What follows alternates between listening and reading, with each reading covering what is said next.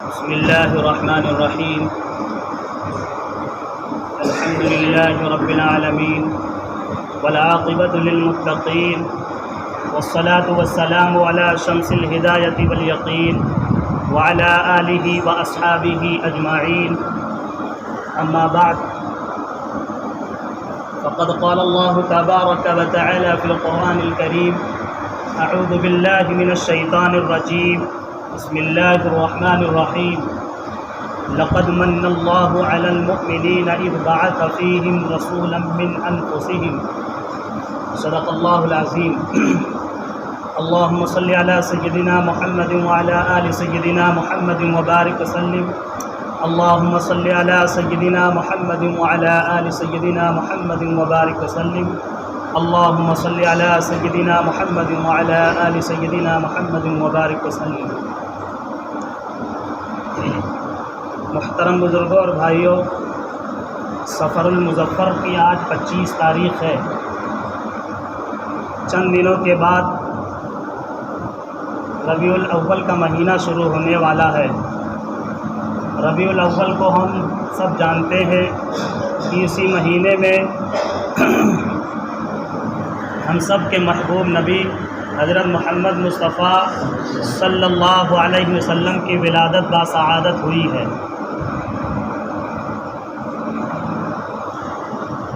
اس مناسبت سے ہم چاہتے ہیں کہ حضور اکرم صلی اللہ علیہ وسلم کی پوری زندگی کا تذکرہ کیا جائے، اور آج کے ماحول اور آج کے دور کے اعتبار سے اس کی ضرورت بھی ہے کہ ہم حضور اکرم صلی اللہ علیہ وسلم کی مقدس زندگی سے واقف ہوں. حضور اکرم صلی اللہ علیہ وسلم کا تذکرہ سننا بھی ثواب کا کام ہے، اور حضور اکرم صلی اللہ علیہ وسلم کا تذکرہ کرنا بھی ثواب کا کام ہے. اس لیے ہم اگر سنیں گے یا ہم بتائیں گے، اللہ سے قوی امید ہے کہ ہمیں اللہ تبارک و تعالیٰ اجر سے نوازیں گے. ایک فائدہ یہ. دوسرا فائدہ ہوگا کہ حضور اکرم صلی اللہ علیہ وسلم کی مقدس زندگی کو سنیں گے تو آج جو حب نبوی میں بے انتہا کمی آ گئی ہے، تعظیم نبوی میں بے انتہا کمی آ گئی ہے. یعنی جس طرح سے ہمیں نبی کی تعظیم کرنا چاہیے، نبی کی جس طرح سے ہمیں نبی کی محبت ہمارے دل میں ہونی چاہیے، اس میں کہیں نہ کہیں کچھ نہ کچھ کمی بھی آ گئی ہے. تو حضور اکرم صلی اللہ علیہ وسلم کا جب تذکرہ کیا جائے گا، اس کو سنیں گے تو ذکر رسول سے دل میں محبت پیدا ہوگی انشاءاللہ. اور اسی کے ساتھ ساتھ اللہ کے رسول صلی اللہ علیہ وسلم کے مقام و مرتبہ اور عظمت و رفعت سے بھی واقف ہوں گے ہم کہ ہمارے نبی کا کیا مقام ہے. جس نبی کے ہم امتی ہیں، اللہ کے رسول صلی اللہ علیہ وسلم کی بہتری اور برتری، آپ کی عظمت و رفعت سے بھی ہم واقف ہوں گے.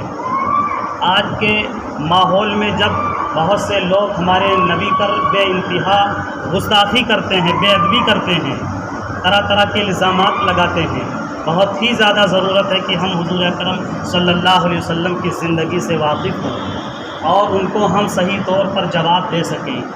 کہیں کرسچن کی طرف سے یہ دعویٰ کیا جاتا ہے کہ آپ کے نبی محمد علیہ باللہ ہمارے نبی سے زیادہ بہتر نہیں ہے، اس لیے کہ ہمارے نبی عیسیٰ کہتے ہیں کہ ہمارے نبی عیسیٰ تھے، وہ گود ہی میں اپنے آپ کو انا عبداللہ انی عبداللہ آتانی الکتاب وجعلنی نبیہ، حضرت عیسیٰ علیہ السلام ابھی پیدا ہوئے تھے، پیدا ہوتے ہی بول پڑے تھے، اور صرف بولے ہی نہیں تھے بلکہ اپنی نبوت کا اعلان بھی کیے تھے.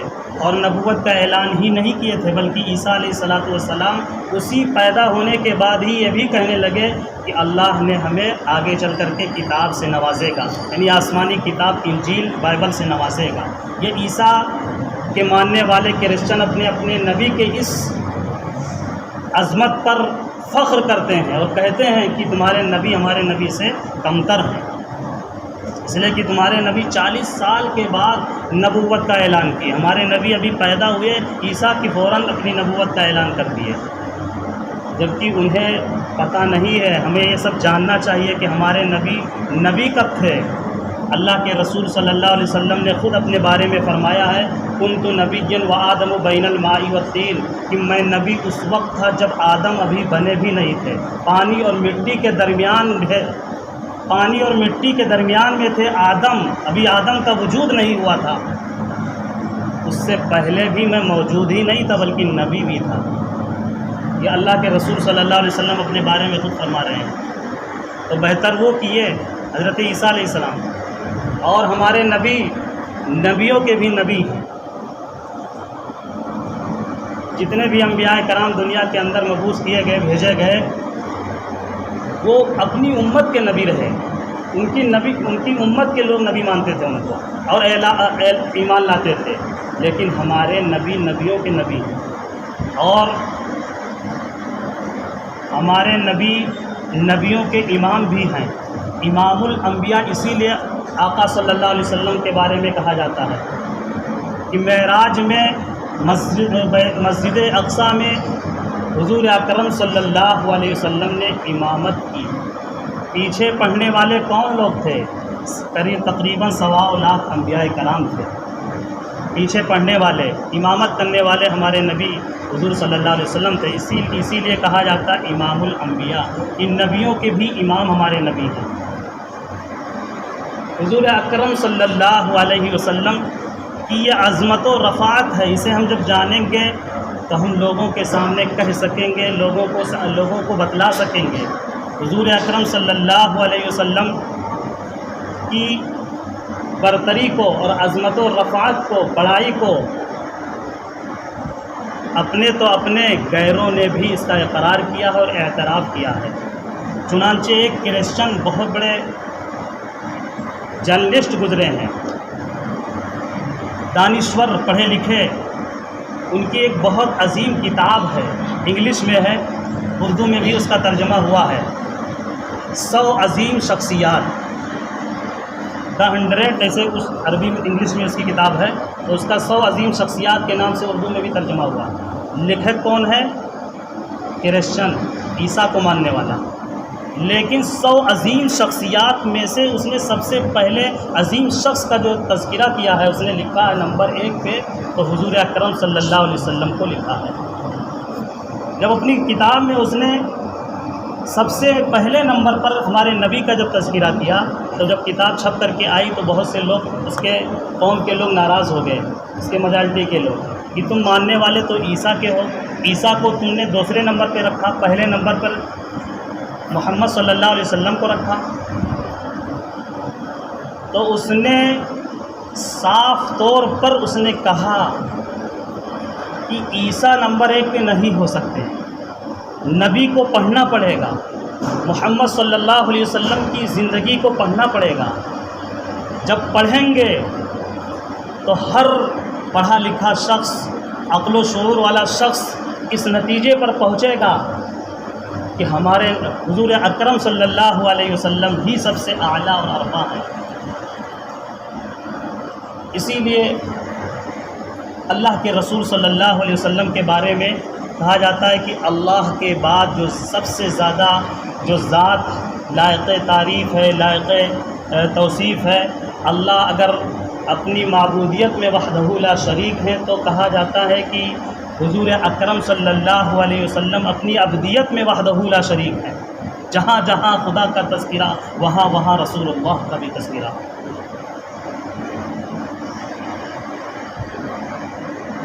فرانسیسی ہینگری ایک بڑا شخص گزرا ہے، اس نے محمد صلی اللہ علیہ وسلم کی تعریف میں لکھا اپنی کتاب میں، فرانسیسی ہینگری جو ماننے والا نہیں ہے نبی کو لیکن لکھ رہا ہے ہمارے نبی کے بارے میں، یہ محمد صلی اللہ علیہ وسلم کا کارنامہ ہے کہ وہ دنیا کے اندر جب آئے تو انہوں نے اس طرح علمی انقلاب برپا کیا اور علم کو اتنا عام کیا، عام کیا اور مفت کیا علم کو، تعلیم کو، ایجوکیشن کو، کہ دنیا کی انسانیت کی تاریخ کا رخ مڑ گیا۔ اس کے جملے ہیں کہ انسانیت کی تاریخ کچھ اور تھی، زمانے جاہلیت کہا جاتا تھا۔ بہت ہی مختصر لوگ پڑھے لکھے رہتے تھے، یا تو پڑھنے نہیں دیا جاتا تھا، بڑے ٹھیکیدار لوگ ہی پڑھتے تھے اور دوسروں کو پڑھنے نہیں دیتے تھے۔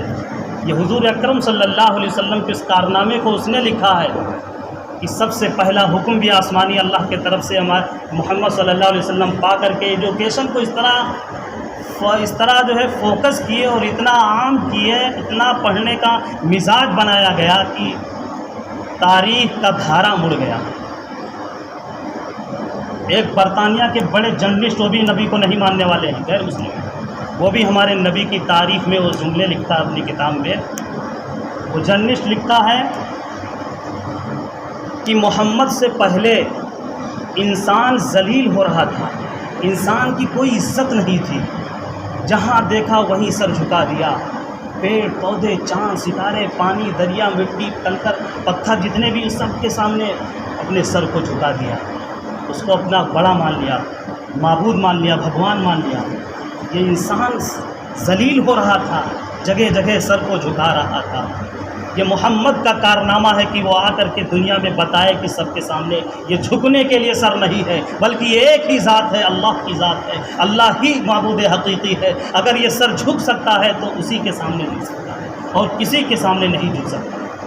یہ اعلان نبی اس نے لکھا کہ اتنا بڑا کارنامہ ہے کہ محمد نے انسان کی عزت میں، انسانوں کی عزت میں اضافہ کیا اور انسان معزز ہو، جگہ جگہ سر جھکا کے ذلیل ہو رہا تھا۔ یہ غیر مسلموں کے جملے ہیں ہمارے نبی کی شان میں۔ ہم نبی کے ماننے والے ہیں، ہمیں اپنے نبی کا مقام نہ معلوم ہو، ہم اپنے نبی کے مرتبے سے واقف نہ ہوں، یہ بد نصیبی کی بات ہے۔ اللہ کے رسول صلی اللہ علیہ وسلم کا تذکرہ سننا، اللہ کے رسول صلی اللہ علیہ وسلم کا تذکرہ کرنا، یہ ایک لمبے عرصے سے چلا آیا ہے، اور انشاءاللہ جب تک اللہ چاہیں گے، جب تک یہ سلسلہ جاری رہے گا۔ لیکن نبی کا تذکرہ کرنا اللہ کی سنت بھی ہے، سنت اللہ بھی کہا گیا ہے۔ اللہ نے بھی نبی کا تذکرہ کیا ہے، اور قرآن عظیم الشان میں اپنے محبوب نبی کے بارے میں کس قدر تذکرہ کیا ہے۔ قرآن میں جگہ جگہ کہیں آپ کی سیرت کا تذکرہ کیا ہے، کہیں آپ کے اخلاق کا تذکرہ کیا ہے، کہیں آپ کے زلف مبارک کا تذکرہ کیا گیا، چہرے انور کا تذکرہ کیا ہے، کہیں آپ کی آنکھوں کا تذکرہ کیا ہے، کہیں اپنی زبان کا تذکرہ کیا ہے، کہیں حضور اکرم صلی اللہ علیہ وسلم جس زمانے میں پیدا ہوئے اس زمانے کی قسم کھائی گئی ہے، کہیں حضور اکرم صلی اللہ علیہ وسلم جس شہر میں پیدا ہوئے مکہ اور مدینے کا تذکرہ قرآن میں اللہ نے کیا ہے۔ تذکرہ رسول یا ذکر رسول قرآن سے ثابت ہے، اللہ سے ثابت ہے، اللہ کا طریقہ ہے۔ اس کے بعد حضور اکرم صلی اللہ علیہ وسلم کا بھی طریقہ ہے ذکر رسول کرنا۔ محبوب نبی اپنے بارے میں جگہ جگہ خود اپنے اوصاف کو فرما رہے ہیں، حدیث کے پڑھنے والے جانتے ہیں کہ بغیر فخر کے اللہ کے رسول فرماتے ہیں کہ مجھے اس پر کوئی فخر نہیں ہے کہ مجھے اللہ نے یہ نوازا ہے، مجھے اللہ نے یہ نوازا ہے۔ بہت لمبی حدیثیں ہیں اور بہت سی حدیثیں ہیں جن حدیثوں میں اللہ کے رسول صلی اللہ علیہ وسلم نے اپنا خود تذکرہ کیا ہے کہ میں فلاں ہوں، میں یہ ہوں، میں وہ۔ اس سے پتہ چلا کہ رسول اللہ کا بھی طریقہ ہے ذکر رسول کرنا۔ پھر بعدہ صحابہ کرام نے اللہ کے رسول کا جو تذکرہ کیا ہے، دنیا میں اس کی کوئی مثال نہیں پیش کر سکتا۔ صحابہ نے تو نبی کی کیفیات تک کا تذکرہ کیا ہے کہ جب نبی بیٹھے رہتے تھے تو جب ہم سامنے بیٹھتے تھے تو کیا دل پہ کیفیت ہوتی تھی۔ حرکات و سکنات کو تو چھوڑ دیا جائے، کیفیات کا بھی تذکرہ صحابہ نے کیا ہے۔ کون سی کیفیت ہوتی تھی، کیسا ماحول ہوتا تھا جب نبی کے سامنے ہم بیٹھتے تھے۔ اللہ کے رسول صلی اللہ علیہ وسلم کی شروع سے لے کر کے آخر تک کی زندگی، حدیث کو پڑھ لیں، سیرت کو پڑھ لیں، یہ صحابہ نے کس طرح سے نقل کیا ہے، کس طرح سے رسول اللہ کا ذکر کیا ہے کہ ہمارے نبی کی زندگی کا کوئی گوشہ نہیں چھوڑا جس کو صحابہ نے بیان نہ کیا ہو۔ یہ صحابہ کا بھی طریقہ ہے ذکر رسول کرنا۔ پھر بعد صحابہ کے بعد تابعین، تبع تابعین، مجتہدین، سلف صالحین اور اپنے اکابرین اور علماء کرام تک یہ تذکر، یہ سلسلہ چلا آ رہا ہے۔ ہر دور میں ذکر رسول ہو رہا ہے۔ ہر شخص اپنے اعتبار سے، اپنے بساط کے اعتبار سے، اپنے لیاقت کے اعتبار سے، صلاحیت کے اعتبار سے، علم کے اعتبار سے رسول اللہ کا ذکر کرنا اپنے لیے باعث خیر و برکت سمجھتا ہے۔ حالانکہ کوئی رسول اللہ صلی اللہ علیہ وسلم کا ذکر کامل طور پر کر ہی نہیں سکتا۔ اگر کوئی کامل اللہ کے رسول کا ذکر کر سکتا ہے تو اللہ ہی کی ذات ہے کہ اپنے محبوب نبی کا مکمل ذکر اللہ ہی کر سکتے ہیں۔ صحیح طور پر جس کو کہہ لیا جائے کہ ذکر کرنے کا حق ادا کر دیا گیا، حق ادا کوئی نہیں کر سکتا، اس لیے کہ کسی شاعر نے، عربی شاعر نے کہا ہے لا يمكن الثناء كما كان حقه بعد از خدا بزرگ، یہ قصہ مختصر، ممکن ہی نہیں ہے کہ ذکر رسول کا حق ادا کر دیا جائے۔ بس اتنا سمجھ لیا جائے کہ خدا کے بعد کا جو مقام اور مرتبہ ہے رسول اللہ کا مقام ہے۔ کسی شاعر نے یہ بھی کہا ہزار بار بشوئی دہن زمش کو گلاب، ہنوز نام تو گفتن کمال بے ادبی، کہ رسول اللہ کا ذکر کرنے سے پہلے زبان کو گلاب کے پانی سے دھو لیا جائے، اور ایک بار نہیں ہزار بار اپنی زبان کو، اپنے ہونٹوں کو، منہ کو گلاب کے پانی سے دھو کر کے پھر ذکر رسول کرنا پھر بھی بے ادبی ہے۔ شاعر نے یہاں تک تخیل پیش کیا، رسول اللہ صلی اللہ علیہ وسلم کا ذکر کرنا یہ اتنا عظیم اور سعادت کا کام ہے، اور سننا بھی اتنا عظیم کام ہے۔ ہمارے نبی کا مقام ہے کہ دنیا میں ابھی آئے نہیں، اس سے پہلے ہی مقام نبوی کو لوگ جان رہے ہیں۔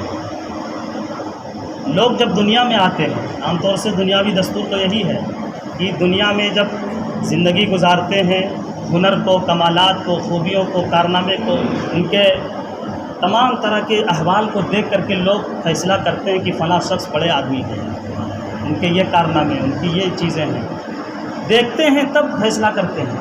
ہمارے نبی کا جو تذکرہ ہو رہا ہے، ابھی دنیا میں نہیں آئے کہ حضرت عیسیٰ علیہ السلام تذکرہ کر رہے ہیں، حضرت موسیٰ علیہ السلام آخری نبی آخر الزماں کا تذکرہ کر رہے ہیں، حضرت آدم علیہ السلام سے معمولی لغزش ہو گئی، حضرت آدم علیہ السلام ہمارے نبی کے وسیلے سے دعا مانگ رہے ہیں کہ یا الہ العالمین محمد صلی اللہ علیہ وسلم کے صدقے طفیل میں ہماری بخشش فرما دیجیے، ہماری مغفرت فرما دیجیے۔ اور اللہ تبارک و تعالیٰ کی طرف سے ان کی مغفرت بخشش کا اعلان ہو رہا ہے۔ حضرت آدم علیہ السلام خود بیان فرما رہے ہیں کہ میں نے دیکھا عرش پر لا الہ الا اللہ لکھا ہوا تھا، اسی کے آگے محمد رسول اللہ بھی لکھا تھا۔ حضرت آدم علیہ السلام بیان کر رہے ہیں، یعنی کتنا پہلے رسول اللہ کا نام لکھا ہوا تھا، کسی کو کچھ نہیں۔ یہ ہمارے نبی کا مقام ہے، کبھی دنیا میں نہیں تشریف لائے کہ اس سے پہلے ہی ہمارے نبی کا تذکرہ ہو رہا ہے، لوگ کر رہے ہیں، انبیاء کرام کر رہے ہیں، بشارت دے رہے ہیں۔ اللہ کے رسول صلی اللہ علیہ وسلم کا، ہمارے نبی کا یہ مقام ہے۔ حضرت آدم علیہ السلام سے لے کر کے تقریباً 1.25 لاکھ انبیاء کرام، ہر ایک کی زندگی کا جو مقصد تھا، مقصد یہ تھا کہ اللہ خوش ہو جائے، اللہ راضی ہو جائے۔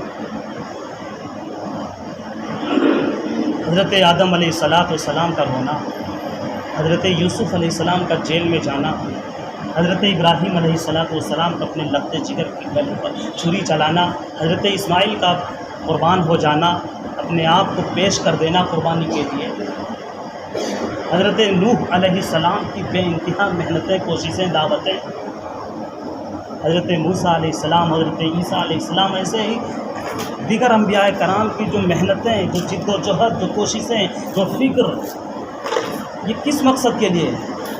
کہ اللہ خوش ہو جائیں، اللہ راضی ہو جائیں۔ اور حقیقت میں یہ اللہ کی رضامندی کوئی آسان اور کوئی چھوٹی معمولی چیز نہیں ہے۔ قرآن عظیم الشان میں اللہ نے خود فرمایا وَرِضْوَانٌ مِّنَ اللَّهِ اکبر، کہ اللہ کے رضامندی، اللہ کی خوشنودی ہی سب سے بڑی چیز ہے۔ وَرِضْوَانٌ مِّنَ اللَّهِ اکبر، سارے کے سارے اللہ کو خوش کرنے کے لیے، اللہ کو راضی کرنے کے لیے۔ لیکن ایک طرف ایک نقطے اور پوائنٹ کو میں آپ کو سنانا چاہتا ہوں کہ اس پوائنٹ کو، اس نقطے کو سمجھنے کی ضرورت ہے کہ سورۃ الضحیٰ میں اللہ تبارک و تعالیٰ نے محبوب نبی کی شان کو بیان کرتے ہوئے ایک آیت نازل فرمائی۔ اس آیت کا ترجمہ اور مفہوم و مطلب یہ ہے وَلَسَوْفَ يُعْطِيكَ رَبُّكَ فَتَرْضَىٰ، اللہ نے فرمایا۔ اس کا ترجمہ یہ ہے کہ اے محبوب نبی، ان قریب ہم آپ کو اتنا نوازیں گے، آپ کا پروردگار وَلَسَوْفَ يُعْطِيكَ رَبُّكَ، آپ کا پروردگار ان قریب اتنا نوازے گا فَتَرْضَىٰ، کہ آپ راضی ہو جاؤ گے، آپ راضی ہو جاؤ گے، آپ خوش ہو جاؤ گے۔